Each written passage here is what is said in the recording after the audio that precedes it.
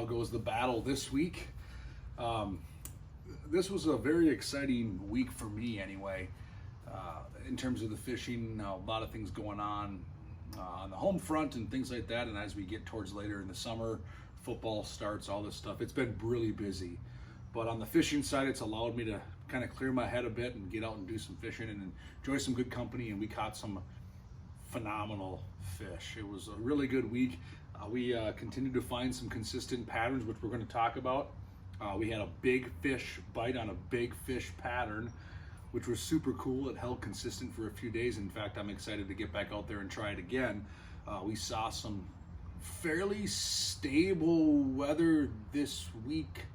We had some rain, which we needed, not much in the form of strong lightning and thunder and that kind of stuff, just some rain a few of the days, which helped elevate our water levels a tinch, not enough to make a major difference. Water levels are still very low here in the metro Twin Cities area, but the rain felt good. It gave our grass what it needed. It's starting to green things up again, so it's a feel-good rain, let's say, this past week, and I don't think it really made a big difference on the fishing. Like I said, we didn't get any torrential rains or strong storms. It was just some consistent rain that kind of came through a few days and felt great. It was nice, and it allowed us to kind of rejuvenate everything out there. So we caught a bunch of fish this week. It was super fun. My kids caught some of their personal bests. We caught some giant bass. We found some cool patterns that continue to develop. I think I'm right about there on cracking the code on some of these really big fish, and if I can get this to continue, it could get very interesting. But consistently, we found a lot of fish on the weed line. Still, we've been catching fish in that, oh man, I'm a broken record, 12 to 16 feet continues to be key zone on Minnetonka, Forest Lake, Chisago Chain, Waconia, all these types of bodies of water that you may or may not be fishing, but you can find some consistencies on the body of water that you're fishing based off of some of this information, because I just think it's being, for the most part, held true on the body of water near you probably, where you're finding fish on those immediate weed lines. Again, I'm not finding fish super deep like we should be on a typical summer pattern. My deep rock spots, deep weed lines where I'm typically living right now are just not producing numbers of fish. So it's been an interesting year from that regard. However, we are figuring out where they are. And if you continue to put that into your head and not think about time of year and what fish should be doing, and focus on what the fish are doing. So what I always tell people is, oftentimes we rely on memories. What worked last year at this time? It's middle of August, the fish should be here. I'll tell you what, I've learned this year, I've thrown all of those reasonings out of the equation, because the fish really kind of moved to that weed line months ago and never really transitioned out of it. They've been kind of lingering in that spot, and my prediction is they're going to be there until they make their fall movements. They're not going to make those super deep movements. At least it hasn't been that way for anything I fished. Jigworm's king. We continue to fish the jigworm. I hate beating that up, because you guys are probably looking at me saying, geez, Matt, all you talk about is a jigworm. Well, I'll tell you what, when something works, keep using it. If it's not broken, don't fix it. So we continue to throw jigworms, a little bit of drop shots. I'll continue to flip a jig, pitch a jig. If the stuff gets kind of gnarly and nasty, I don't want to work a jigworm through it. But if I can effectively fish a jigworm right now, I am 100% relying on that as my go-to bait of choice. And it's catching fish, it's catching big fish, it's catching numbers of fish. It's easy to fish. It's fun to fish. I mean, the list goes on and on. So whether it's a traditional jigworm with a 5 or 6 inch worm on the back end, whether it's a Ned rig, whether it's a modified Kamita Senko straight jigworm, or whether it's a mega, and this is what we're going to show you today, that caught our big bite, or whether it's a mega 10-inch worm. That's how we've been getting our big fish to chow. I mean, they've been biting everything, but that big Mr. Twister Hang 10 has caught some fish, and caught some big fish. So this is a big profile, falls down relatively moderate, I should say. I don't want to say it's a slow falling bait. It really depends on the jig head I'm using. I'm using an all-terrain Mighty head, and I'm fishing that big 10-inch worm there. You can see how big that thing is. Kind of enticing, you know, catches a bunch of fish. You fish this just like you would a jig worm, and you fish it nice and slow, let it go all the way down to the bottom of the lake. You can see it's just big, gnarly, beautiful 10-inch worm, juicy. And this is the Hang 10 from Mr. Twister.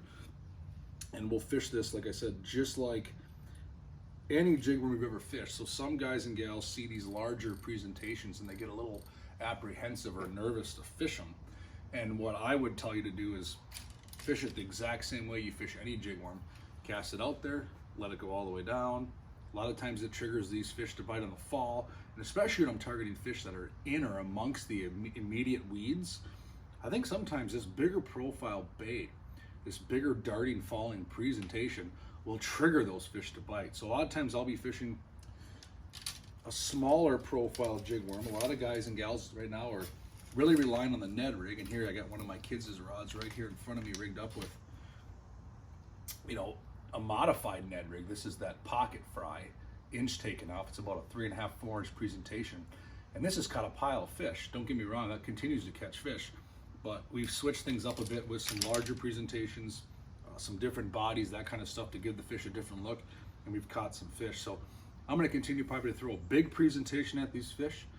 So the one thing I've noticed is even though these fish are staying in the same spots, maybe changing up how we target them, what we use can trigger some of these bigger fish to bite. So we've learned that these fish aren't making huge movements. They've been stalled out in that immediate weed line, 12 to 16 feet for weeks. So instead of maybe beating their head because they haven't changed position, maybe we can adapt and play with a few different presentations. And that's why I've thrown on that Hang 10 and I've gotten some fish to bite it. So kind of unique situation where we're not necessarily making movements, which is what we're accustomed to, but instead we're working with what's inside our arsenal of tricks, meaning the baits we put on to get some of these bigger fish to bite. So some guys and gals are still catching fish on crankbaits. They're catching fish, throwing chatterbaits and swimmer baits. I know there's a frog bite going on throughout much of the Twin Cities area. I have not done that a lot this past week. I've been relying on that jig worm bite for me. However, you can catch them a variety of ways. Have not targeted walleyes at all this week. Haven't done the panfish thing at all this week. Caught some pike, honestly, by accident. So I can't say I've targeted really anything but specifically bass. I've caught a variety of species, let's call it what it is, by accident. Otherwise, I've been targeting bass this whole week, chasing down fish, and it's been a whole lot of fun. Water temps actually dropped a bit. We dropped water temps back into the low 70s, which feels great. I mean, I'm in the water in the mornings, launching boats or whatever I'm doing, and you can feel that coolness on your ankles versus that bath water we've been stepping into, I feel like, for the last couple months. So these cooler nights, we've had some nights where I wake up, or mornings where I wake up and it's in the 40s, if not at warmest, the 50s. So we're not seeing 60s when we wake up. I haven't the last several days, and it's cooled those water temps down. And we've even seen daytime highs, low 80s. We've had a couple daytime highs here in the cities where it's been only in the 70s. So it's felt great. It feels good. We've had a very abnormally warm and dry summer, as we all know. So seeing some of these cooler temps, well, I'll tell you what, I've been fishing in the morning with hoodies on, hooded sweatshirts, and it's pretty nice. And then like right now, when the sun's out, piping hot, I'm back into my Blackfish UPF cool charge shirts to keep me cool, comfortable, and dry from being on the water. So a lot happened this week. We're going to chase down some more fish. We got a huge event at Clam Outdoors this week called Clam Pro Day.